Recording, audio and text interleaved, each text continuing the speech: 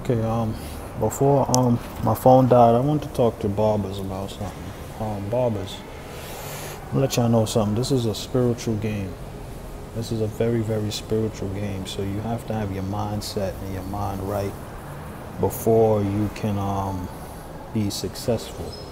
Some barbers don't even know that they had their mind right and they crossed over the plane because they're not thinking about it on that level of spirituality. They're in the physical and they perfected the physical and mastered the physical. So it's just like me. When I come back to the States, I'm not expecting my clients to come back to me. And if you feel like you want to stay with a barber, then you stay with a barber. Because it's like a relationship. It's just like when you have other people touching you or coming in your realm or just being there for you, you might get used to that person and like that person more. You might like the person's haircut. You might like the person's touch. You might like the person's personality or any little thing. Could be any little thing that you like about that person that made you stay and make you want to stick with that individual and work with that individual. So I don't expect anybody to come to my chair. I'm looking for new spirits and for new people. And I always say, barbers, clientele, barbers, other barbers do not steal your clients. Let me get my thoughts straight. Other barbers cannot take your clients. You lose your clients based on what I was saying before. Say if you're not a reliable barber, you're not a consistent barber, or you're just a barber that's just not perfecting his craft, and your client go to another barber's chair and they like what that barber does and they still come back to you, but they're thinking about leaving you. Some clients won't leave you, but some will.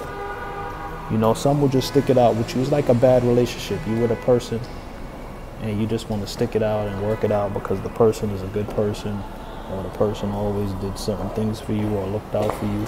But in the back of your mind, you want to be with that next person because you like how it feels. You like how that other person feels to you. It's the same thing in barbering. It's a relationship. Some relationships are bad. Some been around so long, it's like, okay, it's what I got. I'm going to just deal with it. I'm conditioned to be with this barber. So although I like the barber in the back, I like how he cut my hair. He's new, he's fresh, he's a new barber, he's a new touch. It's the same thing. It's just like a new pum-pum, a new pussy, a new vagina, whatever you want to call it. It's the same thing in barbering.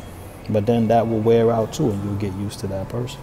So you have to make that conscious decision what you want to do, if you want to move on or if you want to stay as a client. Me as a barber also, I have to make that conscious decision of when I come back or when I relocate, will people follow me or will people stay? Or, you know, so it's a deep game. Just make sure, you always have to make sure you are perfecting your game and you are doing what you're supposed to do with the craft, that you're always perfecting the craft and that you're always advancing. Since I've been to Jamaica, I know everywhere I go, me being the paparazzi, the real barber, anywhere I go, I'm going to leave an impact on any shop. It don't matter how great barbers are or whatever things that they do, I'm going to bring something to the table, be it personality, be it professionalism, be it organization. I'm going to bring something that somebody's going to look at. Me being down here in Jamaica, now that I'm here, a lot of barbers now, they're starting to wear the glove with the one hand too. They're not even wearing the two-hand gloves. They're wearing the one-hand glove, mimicking my style, which is good. And they're also sweeping the shop, which they never did till they started seeing me do it. And now they're also trying to advance with their tools and their products, and also might ease up on the cut to do a little bit more detail. And, you know, it depends. But I'm here and I'm going to make an impact wherever I go. That's the goal. You have to make an impact wherever you go in any barbershop. If you're not doing that, you're going to lose. You're going to lose clientele to other barbers that are advancing. Or they're going to look for the other barbers. So just make sure you're perfecting your craft and make sure you are developing as a barber. That's all you can do. Because the game changes. Customers changes. But you're the same. You change yourself as far as advancing, but you stay the same as a person. But you always got to elevate. You keep adding on so that you can raise your prices and add on to your skills and your reputation. That's what's gonna separate you from everybody else. I'm in my own lane.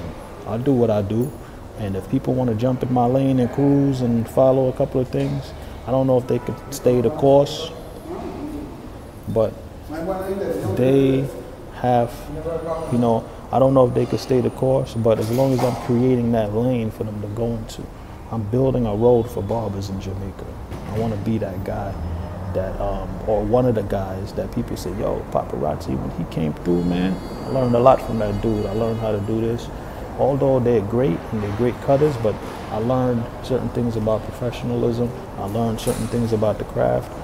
He taught me a few things outside the barbershop about organization, about life.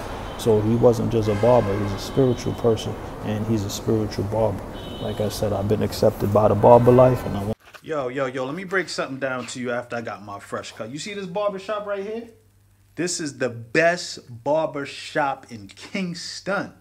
And I'm not just saying that because I'm here, because I just bring stability and a movement. I'm also one of the great barbers from NYC. But when I came here and I watched, and just being in this plaza alone, this plaza got 4 or 5 barbershops. But this shop alone right here and the other shop, Uppercuts, they have 5 barbers. They lost a few barbers that migrated, but we have 9 barbers. And out of those 9 barbers, I would say 5 of us are great. And when I say great, I mean on a different level of barbering. And we're all in the same building and in the same plaza and in the same thing. I just came here to bring stability and glue it all together. Hopefully we could all unite and just take over, because this shop right here is about to take over Kingston. It's about to get real. And I'm going to be a part of that. Before I leave here, I'm going to make sure this shop is way on the map worldwide. I'm a real barber. Huh? Oh, I'm out of here. Hold on, I forgot to do something. I forgot to do something.